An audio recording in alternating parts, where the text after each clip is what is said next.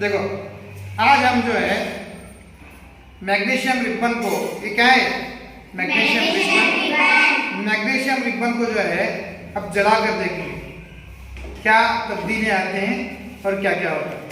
तो सबसे पहले मैं मोमबत्ती की लौ पर मैग्नीशियम रिबन को पकड़ता हूँ। आप देखिए किस तरह जलता है। देख रहे हैं आप कि मैग्नीशियम रिबन जो है ऐसी रोशनी के साथ चमक रही है, जल रही है, सफेद दूधिया रोशनी के साथ जल रही है। तो ये देख रहे हैं आप कि राख निकल रही है। अब इस राख को हम जो है पानी में छोड़ते हैं। अब हम जो है ये जो राख बनी उसको जो है पानी में डालेंगे जी। अब इसको घोलते हैं। अब ये एक चीज तैयार हुई। जब मैग्नीशियम को हवा की मौजूदगी में जलाया जाता है तो हवा में मौजूद ऑक्सीजन मैग्नीशियम के साथ तामुल करके रिएक्शन करके मैग्नीशियम ऑक्साइड बनता है। क्या बनता है? Magnesium oxide.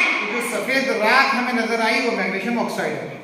अब दूसरा एक रिएक्शन करते हैं कि इस मैग्नीशियम ऑक्साइड को हमने क्या किया कि पानी में डालकर जो है हिलाया तो एक महलूल बन गया मैग्नीशियम ऑक्साइड का। अब जब मैग्नीशियम ऑक्साइड पानी के साथ तामुल करता है, रिएक्शन करता है तो एक चीज नहीं बनाता है, उसे बोलते हैं मैग्नीशियम हाइड्रोक्साइड। क्या बोलते हैं? Magnesium hydroxide. अब हम इसको जो है सबसे पहले नीला लिटमस डालकर देखते हैं कि क्या फर्क आता है। आपने देखा कुछ फर्क महसूस हुआ? नीला लिटमस लाल हो गया? नहीं। इसका मतलब मैग्नीशियम हाइड्रोक्साइड एसिड तो नहीं है। अब लाल लिटमस को उसमें डालकर देखिए क्या तब्दीली आती है।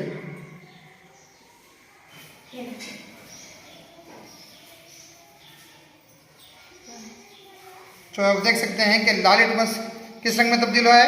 नीला। यानी मैग्नीशियम हाइड्रोक्साइड एसिड है या बेस है? क्या है? बेस। जी। तो हमने एक ही चीज से जो है दो रिएक्शन करे। देख रहे हैं आप, एक मैग्नीशियम और ऑक्सीजन का रिएक्शन जिससे मैग्नीशियम ऑक्साइड बना, फिर मैग्नीशियम ऑक्साइड और पानी का रिएक्शन जिससे मैग्नीशियम हाइड्रोक्साइड बना। समझ में आ रहा है? तो ये जो है मैग्नीशियम हाइड्रोक्साइड है, ये बेस है। क्या है ये? बेस।